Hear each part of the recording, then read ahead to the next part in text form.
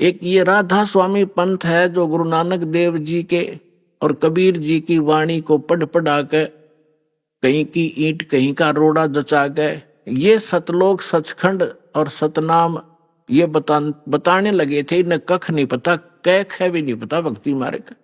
ये क्या बताते हैं? सतलोक में परमात्मा निराकार है, चेतन ही चेतन है, प्रकाश ही प्रकाश है। और फिर सतलोक का कैसा है, सतनाम क्या है, सारनाम क्या है, सार शब्द क्या है, सतलोक क्या है, सतपुरुष क्या है। इनके परम धनी के वचन है शिवदयाल जी के, जिससे युवराधा स्वामी धन सतगुरु सच्चा सौदा धनोदार जय गुरुदेव निरंकारी परंकारी जितने पंथ हैं ये उसी से निकले हैं, उसी के आधार से। वो क्या बताता है कि वही सतनाम है, सतनाम वही सतपुरुष है, सतनाम ही, और सतनाम ही सतलोक है, सतनाम ही सार शब्द है, सतनाम ही सतपुरुष है, सतनाम ही सार नाम है। कख है इनको पता। तो अब कहते हैं परमात्मा ने कहा है कि कलयुग बीत जावे जब एता, और सभी जीव परम पुरुष पद चेता। ओए है परम पुरुष, गीता जी अध्याय नंबर 15 के श्लोक नंबर 16 और 17 में 3 पुरुष हैं। एक सरपुरुष ये ब्रह्म है, 21 ब्रह्मांड का स्वामी, और एक अक्षर पुरुष जो 7 संग ब्रह्मांड का मालिक है। ये दोनों परम पुरुष नहीं है।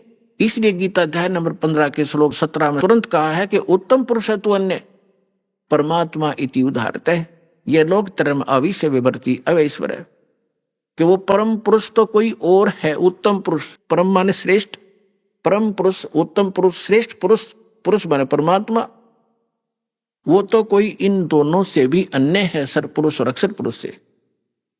और वही तीनों लोकों में प्रवेश करके सबका धारण पोषण करता है। गीता अध्याय नंबर 18 के श्लोक 62 में कहा कि अर्जुन तो सर्वभाव से उस परमेश्वर की शरण में जा। एक ईश, एक ईश्वर, एक परमेश्वर। ईश ये सरपुरुष है और ईश्वर ये अक्षर पुरुष है। परमेश्वर वो परम अक्षर पुरुष है, परम अक्षर ब्रह्म है। तो उस परमेश्वर की शरण में जा, उसकी कृपा से ही तू परम शांति को और सनातन परम धाम को प्राप्त होगा। सनातन शाश्वतम स्थानम, सदा रहने वाले अविनाशी स्थान को प्राप्त होगा। गीता अध्याय नंबर 15 के श्लोक नंबर 4 में कहा कि तत्वदर्शी संत की प्राप्ति के उपरांत उस तत्व ज्ञान रूपी शस्त्र से अज्ञान रूपी अंधकार को काटकर उसके पश्चात परमेश्वर के उस परम पद की खोज करनी चाहिए, जहां जाने के बाद साधक फिर लौटकर संसार में कभी नहीं आते। और जिस परमेश्वर ने सारे ब्रह्मांडों की रचना की है, केवल उसकी भक्ति करो और सब भक्ति त्याग दो, तो परमेश्वर के उस परम पद को खोजना चाहिए। तो यहां परमात्मा वही बात कह रहे हैं कि कलयुग बीत जावे जब एता, और सब जीव परम पुरुष पद चेता, उस परम पुरुष के उस परम पद की के सभी परिचित हो जाएंगे, उसके सभी ज्ञाता हो जाएंगे कि कोई सतलोक है जहां परमात्मा रहता है। वहां जाने से हमारे को सब सुख मिलेंगे, जन्म और मृत्यु का ये झंझट मिटेगा।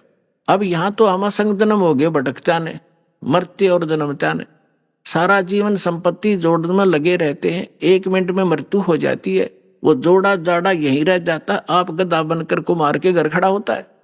ये कोई सांग है, कोई जीवन है? क्या लक्ष्य लेकर जी रहे थे हम? तो यहां पता चलेगा कि सब जीव परम पुरुष पद चेता, उसके परिचित होंगे, उसके ज्ञाता होंगे कि सचमुच वहां जाने से पीछा छूटेगा। जैसे आपकी मृत्यु हुई, फिर जन्म हुआ, परिवार बन गया, कैसा अच्छा लग रहा है, बहुत अच्छा। और 1 मिनट का भरोसा नहीं, क्या बिजली गिर जाए पूरा परिवार नाश हो जाए, किन कारणों से? तो परमात्मा ने कहा कि यहां से तो आपने जाना ही पड़ेगा, जाना पड़ेगा। लेकिन ऐसी भक्ति करो, ये भक्ति, और यहां से पुनर्जन्म की इच्छा मिटाओ। जहां आशा ता बासा होई, मन कर्म वचन सुमरियो सोई। अब भक्ति करो जब तक यहां हो अपना यहाँ की, क्योंकि हम यहां रह रहे हैं तो हमारा ये कर्तव्य कर्म यहां भी करने पड़ेंगे। लेकिन अब जो काम आप जिस उद्देश्य से करते थे, माया संचन करने के लिए, कोठी गार्डन खातिर, या थोड़ी सी स्पीड कम कर दो। और किस लिए कर रहे हो? बच्चों का ब्याह करना पड़ेगा, लड़की होगी 2, कैसे ब्याह होंगे, दहेज देना पड़ेगा। नहीं, कुछ ही दिनों में ये सभी समाप्त करेंगे। कोई दहेज ना लेगा ना देगा, लेगा ही नहीं कोई। उसको पता चलेगा क्यों ऋणी बना मैं, आज मैं पैसा ले रहा हूं, कल मैं इसका गधा बनकर पूरा करूंगा, बैल बनकर करना पड़ेगा, कोई भैंस गाय बनकर इसके घर बंधना पड़ेगा, क्यों सिर में दर्द करा। तो पुण्यात्माओं, जब तक ये ज्ञान नहीं था, हम एक दूसरे से ऐसे जुड़ते चले गए, संस्कार बढ़ा लिए हमने। अब सतलोक चलने के लिए हमने इन संस्कारों को सीमित करना पड़ेगा, ताकि फिर से टांग उलझी ना रह जाए, को पल्ला हमारा कहीं कांटे में फंस ना जा और हम यहीं रह जाए। तो इसलिए, और मकान बनाओ, ठीक है, आपको जैसा परमात्मा ने पूर्व संस्कार से दिया है मकान बनाओ, कोई घना लोग दिखावा ना करना चाहिए इसमें। टाइम पास करने के लिए चाहे एक झोपड़ी दे भगवान और चाहे किसाई मकान दे, अपनी भक्ति करना उद्देश्य समझो। प्राकृतिक आपदाओं से बचने के लिए मकान की आवश्यकता, ये शेड डाल रखा है, पर्याप्त है। ओले नहीं पड़े सिर पर, नहीं ना, जैसे हम भक्ति कर रहे हैं, खाना बना रहे हैं, तो उससे बचाव करना ताकि हम भक्ति निर्बाध कर सकें। इसलिए मकान की आवश्यकता, प्राकृतिक आपदाएं हमें सीधा अटैक ना करें और हम भक्ति कर सके, इसलिए ये मकान और झोपड़ियों की आवश्यकता है। ना अन्यथा चाहे यहाँ पर सोने का महल बना दे, एक आने का नहीं, वो व्यर्थ है। तो परमात्मा कहते हैं राम रटत दारिद्र भला और टूटी घर की छान, वो सुंदर महल किस काम के जहां भक्ति नहीं भगवान। राम रटत दारिद्र भला, दारिद्र माने बिल्कुल निर्धन, राम रटत निर्धन भला, और जिसकी छान भी चाहे थोड़ी बहुत कमजोर हो, टूट गई हो थोड़ी, फिर ला लेगा, ठीक कर लेगा फूस ला करके। और वो कंचन महल किस काम के, सुंदर महल किस काम के जहां भक्ति नहीं भगवान। तो इसलिए आप जी को ये परमात्मा का ज्ञान दिया जाता है ताकि आपका उद्देश्य, लक्ष्य जीवन का एकदम बदले, चेंज हो, और आपके प्रबल इच्छा हो कि हम सतलोक जाएंगे। और वहां अब इच्छा कब बनेगी, जब आपको दृढ़ विश्वास हो जाएगा कि सचमुच कोई ऐसा लोक है और वहां जो सुविधा बताई जाती है, आपका ऐसा ही घर होगा, परिवार होगा। अब जो बच्चे आपके हैं और आपके संस्कार से जुड़े हैं और भक्ति कर रहे हैं, कोशिश करो, अगर आपको इनसे प्रेम है, इनमें लगाओ। ये तो ममता ऑटोमेटिक है, ये हैं भगवान के बच्चे, आपके नहीं हैं। लेकिन यहाँ संस्कार वश हमारे ये बने हैं, हमारे नियमित किए गए हैं, तो हमारा कर्तव्य बनता है इनको भगवान की भक्ति पर जरूर लावे। इनको भगवान की भक्ति पर लगाओगे, सच्ची भक्ति पर, तो फिर जब आप यहाँ से शरीर छोड़कर जाओगे वहां, फिर ये भी शरीर छोड़कर आएंगे वहीं, तो वहां भी आपका ऐसे ही एक परिवार बनेगा जैसा यहां बन गया। अब देखो पुण्यात्माओं, यहां सारे दुख हैं। गर्मी में गर्मी सतावे, सर्दी में सर्दी, और फ्लड आ जा तो घरों में भी पानी घुस जा, और भी ना जाने कितने कष्ट शरीर में हमारा लगे रहते हैं। कोढ़ हो गया, कैंसर हो गया, अंधा हो गया, आंख फूट गई। लेकिन हम इतने ढीठ हैं, यदि हमारी मृत्यु ना हो तो इन दुखा ने भी कोई नहीं गिना। हमने मृत्यु का दुख मान रखा है, और यह मृत्यु कंपलसरी, यहां पर सारे दुख दे के भी मृत्यु होगी।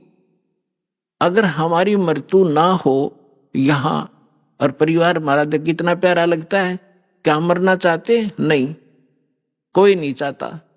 लेकिन यह मृत्यु डेफिनेट होगी, और आप भी मरोगे, और ये जो बच्चे जिनको आप अपने मान रहे हो, ये भी शरीर ना जाने आपके सामने चले जाएं।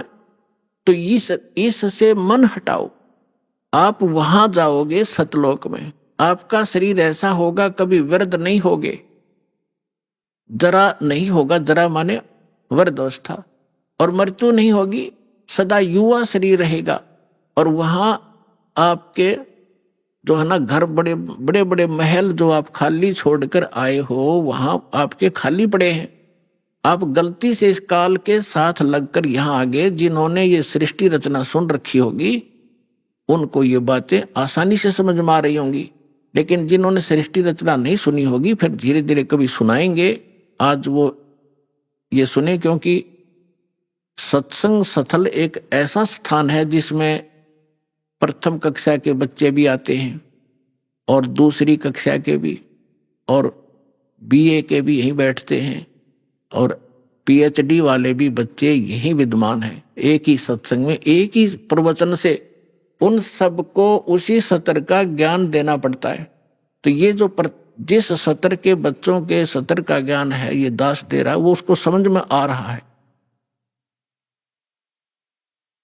तो ऐसे ये प्रत्येक सत्संग में प्रत्येक प्रवचन में हर तरह का ज्ञान दिया जाता है। प्रथम वाले बच्चे भी समझे और द्वितीय वाले भी, और जो पुराने भक्त हैं उनके लिए भी बताया जाता है कि सृष्टि रचना में आपने बहुत बार सुना है कि आपके वहां मकान खाली है और आप गलती करके इस काल के साथ आगे, इसलिए आप यहां पर हैंड टू माउथ हो गए, और वहां सारी चीज भरी पड़ी है, किसी चीज का भाव नहीं, कोई टेंशन नहीं, और वहां विकार नहीं जीव में गंदे, ऐसा सिंपल स्वभाव। तो यहाँ के देवताओं में विकार है, लेकिन वहां के हंस, वो हंस कहे जाते। हंस किसे कहते हैं? एक पक्षी होता हंस, एक बुगला होता उसी की हम शकल, लेकिन उनका पता कब चलता है? जब दोनों सरोवर के ऊपर हों। बुगला खाता है मच्छी, कीड़े मकोड़े, गोगे, और हंस खाता केवल मोती।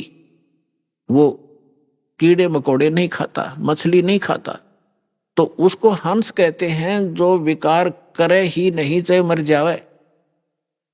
और हंस का एक और गुण बताया है कि उसके सामने दूध रख दिया जाए, जिसमें 1 गिलास पानी 1 गिलास दूध डालकर रख दे मिला के, वो दूध ग्रहण कर लेगा और जल न छोड़ देगा उस पात्र में, जो का तुम रह जाए। उसमें ऐसा गुण दिया मालिक ने।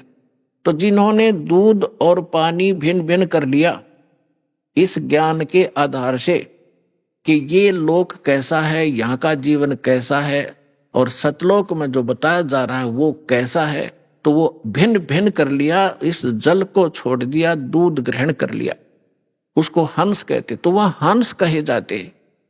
आदमी अपने ही जैसे हैं, आकार ऐसा ही है, उनका शरीर वह बहुत तेजों में है, 16 सूर्य जितना प्रकाश एक वहां रहने वाले भक्त और भक्तनी का है।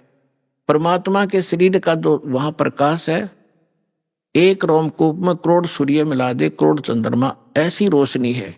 परमात्मा सक्षम है, समर्थ है, जीव अलग है, परमात्मा भिन्न है। परमात्मा सर्वशक्तिमान है, जीव की एक सीमित पावर है और सीमित उनका सब क्रियाएं हैं। परमात्मा की क्रियाएं असीमित होती हैं। जो जीव और ब्रह्म एक बताते हैं वो भूले हुए प्राणी हैं, वो अज्ञानी आत्माएं हैं उनको। अब जो प्रसंग चल रहा है, जैसे एक भक्त मिला इस दास को, पहले पहले की बात है जब बहुत कम ही संगत होती थी, ऐसे हम दास भी किसी को पकड़ लेता था जान पहचान के, को आजा बैठ जा तुझे एक बात बताऊंगा, ज्ञान सुनाने लगा। अब वो अच्छी आत्मा था वैसे तो, सुनता रहा, सारी सृष्टि रचना सुनाई। 1 दिन 2 दिन, तीसरे दिन जब वो आया, वो कह लगा भाई बात सुन भगत जी, मैं आपकी बात ऐसी है मेरे हृदय में लग गए, और मेरा सरसा होता है इनका, और मैं ऐसा व्यक्ति हूं, मैं जौन से काम पर लगता हूं, पक्की धुन का आदमी हूं, मैं उसको करके छोड़ता हूं, बीच में नहीं छोड़ता। और मैं नाम लूं को नहीं, मैं नहीं लूंगा आपसे मंत्र। मां के बात भाई क्यों नहीं लेगा? कि मैंने मंत्र ले लिया, मैं तो सर धड़की बाजी लगा कर काम किया करता हूं, और मैं भक्ति कर लूंगा और मैं चला जाऊंगा उड़ा जहां बता रहे हो कौन सा लोक है, और सतलोक भी भूल गया, मैं वहां चला जाऊंगा और वहां कोई भी ना पाया तो मैंने अकेला बैठा रहूंगा। मैं नहीं जाऊं, मैं तो यहीं रहूंगा, मेरा दिल नहीं लगे। मैंने उसे कहा कि भले पुरुष एक बात बता, अब यहां तो क्या दिल लग रहा है आपका? मान ले तो गधा बन गया और सुअर बन गया, तो क्या दिल लगा तेरा? ने बोला बढ़िया है, आते जाते दिखते तो रहेंगे, घूमते फिरते, दिल लगा रहेगा। बता ऐसी व्यक्ति गिरगी हमारी के हमारा यही ठीक है, घूमते फिरते दिखे जाएंगे और यही ठीक सू मैं वहां नहीं जाऊंगा। अब उसका जो ये कहना भी ठीक था कि आज तक किसी ने यही नहीं बताया कि सतलोक है और सतलोक में आदमी रहे हैं, वहां पर सृष्टि है, ये तो किसी ने बताया नहीं। ये राधा स्वामी वाले लोग कहते हैं कि वहां तो प्रकाश ही प्रकाश है, प्रकाश ही प्रकाश है, चेतन ही चेतन है। वो टिंडे लेंगे चेतन में जाकर प्रकाश में, समुद्र में डूब का मरना हो तो क्या? तो क्या ये कोई बात है? कोई आधार है इनकी बातों का? पुणात्मा अब ये निर्णय करना चाहता दास की वो सतलोक में सारी सृष्टि है, ऐसे ही स्त्री पुरुष है, ऐसा ही परिवार है, लेकिन यहां तो गंदा व्यवहार है, या न्याय नाम की चीज नहीं। परमात्मा कहते निरंजन धन तेरा दरबार, जहां तनिक नहीं न्याय विचार, घर घर में राड, बहू सासू का झगड़ा, आपस में भाई भाई का झगड़ा, बाण भाई के साथ मनमुटाव, छोटी छोटी बातों पर इन पे संपत्ति और पता नहीं क्या के ऊपर लड़ाई हो जाए। ये कोई जीवन है? सब नरक भोग रहे हैं यहाँ पर, कोई सुखी नहीं है। इस पर 21 ब्रह्मांड में आग लगी पड़ी है। अब वहां जाओगे जब देखना, वहां कोई चिंता ही नहीं। अब जैसे आप यहाँ आ रहे हो, यहाँ सासू भी आई होगी, सास भी और बहू भी आ रही होगी, ननंद भी यहीं पर बैठी होगी, सास और ससुरा भी आया होगा, और पति और जेठ जेठानी भी आ रही होंगी। यहाँ लड़ाई होए को ना, या मनमुटाव होगा नहीं? क्यों नहीं होगा? क्यों? एक बना बनाया भोजन मिल जाएगा, एक जैसे मैट बिछाए रखे, नहाओ धो अपना भजन करो।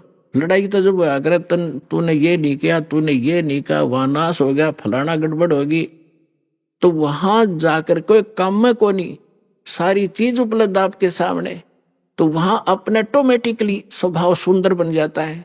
और वैसे वहां का जो मटेरियल है हमारे शरीर का, बॉडी का, उसमें ये दोष नहीं है। तो यहाँ कभी काम दुखी कर रहा है, कभी क्रोध सता रहा है, कभी को लालच में हम गड़बड़ कर रहे हैं, मोह के अंदर आपस में राग द्वेष में सड़े पड़े हैं, तो वहां जाकर के आपको सामूहिक भंडारे में भोजन, आपके घर घर के आगे फलदार वृक्ष लदपद रहते हैं, आपकी रसोई आपका जो भरा रहता है सारे खान पान से परमात्मा की दया, फिर रह गया क्या झगड़ा? तो कहने का भाव ये है कि अब प्रश्न ये आता है कि वहां पर ऐसी सुंदर सृष्टि है, इसका प्रमाण कहाँ है? अब कैसे विश्वास हो हमारे को? देखो पुण्यात्मा, परमात्मा ऊपर रहता है, वेद बतावें, वहां से चलकर आता है, अच्छी आत्माओं को मिलता है, अपना ज्ञान देता है। वो ज्ञान क्या देता है? जो कबीर साहब अच्छी आत्माओं को मिले, किसको मिले? धर्मदास जी को मिले।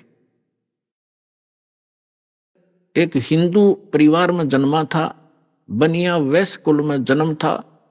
श्री विष्णु जी और भगवान शंकर के उपासक थे, वैष्णव धर्म से दीक्षित थे। मथुरा के अंदर जाके 68 तीर्थ भ्रमण करने की इच्छा से वो अपने गुरुदेव के आदेश से गया हुआ था। वहां भगवान मिले, परमात्मा ने यह चर्चा सुनाई कि इस तालाब में नहा के, इस जोड़ में, इस मथुरालय में स्नान करके, धर्मदास जी आप मोक्ष चाहते? तेरे लोटे में पानी भर के ला रखा था, उसने साथ रखा था, देखो इसमें कितने जीव घूम रहे, इसमें तूने स्नान किया, मसल मसल कर नहाया, तने करोड़ों जीव मार दिए रगड़ रगड़ के, ये पाप तेरे बैड अकाउंट में लिखा गया। और पुण्य एक भी को ना, क्योंकि शास्त्र विरुद्ध साधना तेरी, तुझे क्या लाभ मिलेगा इसके? पाप इकट्ठे कर दिए। बांधवगढ़ घर से चलकर यहां तक आया मथुरा में, लगभग 700 किलोमीटर तू पैदल चला है। नीचे तेरे पैरों के नीचे जितने जीव आए वो तेरे पाप में लिखे जाएंगे। और पुण्य एक भी को ना इस दौड़ में नहाने का, तालाब में नहाने का। बता, तू गीता पढ़ता है डेली? हाँ जी। गीता में दिखा कहीं तीर्थ पर नहाने की बात के लिख रखी हो तो? या जो मंत्र आप जाप करते हो, हरे कृष्ण राधे श्याम सीताराम, गीता में लिखा कहीं? अगर नहीं जी, फिर किस लिए डलेर हो रहा है? अब देखो पुण्यात्माओं, प्रथम बार तो कितनी साची बातों पर एक बार तो स्ट्राइक हो से दिमाग में। धर्मदास जी नाराज हो गए, तू मुसलमान है, हमारे देवताओं की बुराई करता है, ये करता है, आंख लगा दिखाने। परमात्मा अंतर ध्यान हो गए, जिंदा महात्मा के रूप में बैठे थे।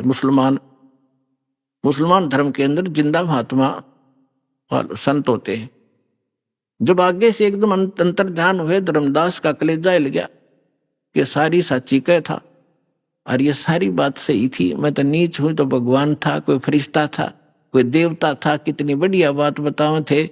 मैंने गलती कर दी और हे भगवान इब का आप मिल जाओ तो मैं सारी बात सुनूंगा।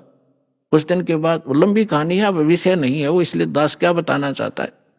परमात्मा उनको फिर मिले, फिर कुछ बात कही, वो फिर अज्ञान आग बैठ गया, भगवान फिर अंतर ध्यान हो गया। ऐसे 4-5 बार घटना घटी।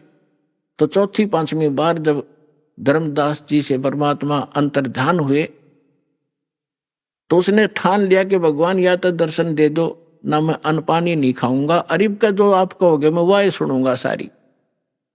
5-6 दिन बीत गए, धर्मदास ने कुछ नहीं खाया, अन्न भी नहीं किया। परमात्मा पहुंच गए, उसको मुश्किल से सहारा देकर खड़ा किया, अग बेटा तू खा पी और अब मैं आ गया हूं, सुन मेरी बात।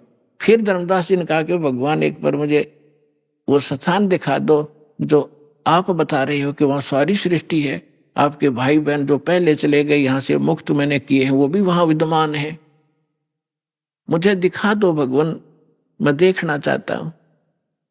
अब परमात्मा ने कहा कि धर्मदास तू हट क्यों कर ही, ऐसा हट क्यों कर रहा है, मैं जो कहूं तू भक्ति कर, विश्वास कर, इस भक्ति से तू वहां पहुंचेगा, वहां देख भी आएगा, तू रह नहीं सकता क्योंकि तेरे पास भक्ति नहीं है उस योग्य। जैसे कोई बच्चा ट्रेनिंग कर रहा है डॉक्टर की, और वो नो का मैंने डॉक्टर दिखा के लाओ, पहला हॉस्पिटल कहाँ सी है, अरे पहले ट्रेनिंग कर फिर उसमें नौकरी मिल जाएगी तेरे को, अब देख भी आओगा क्या डॉक्टर बन गया तू वहां जा करके। तो पहले अपनी भक्ति करो, जो ट्रेनिंग पूरी करो, फिर आपको नौकरी मिल जाएगी वहां पर।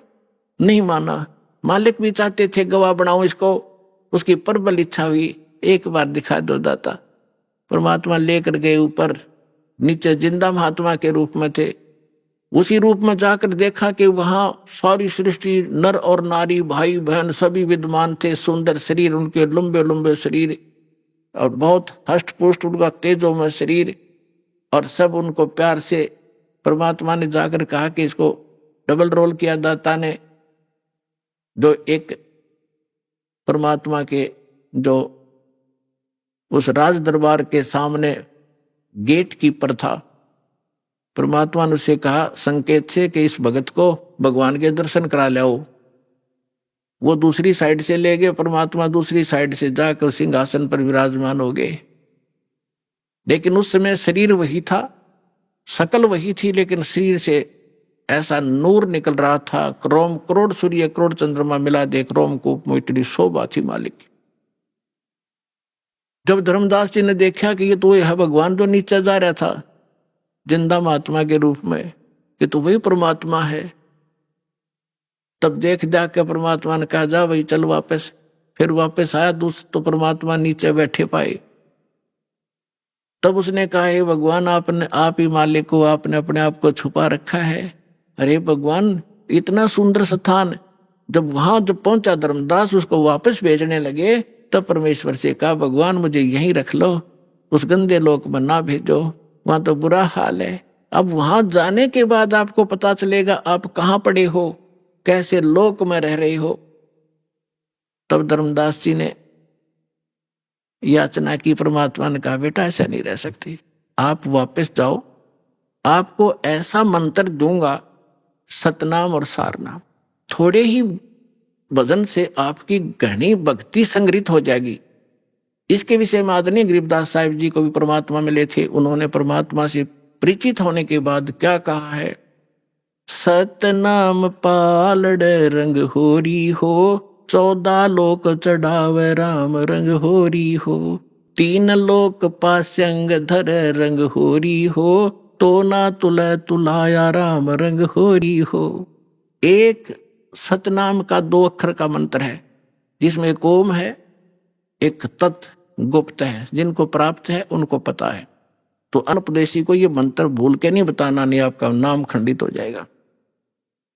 तो परमात्मा ने कहा कि एक श्वास ऊ श्वास से, एक मंत्र जैसे आपने एक बाहर छोड़ा एक अंदर लिया, एक ये मंत्र पूरा बन गया।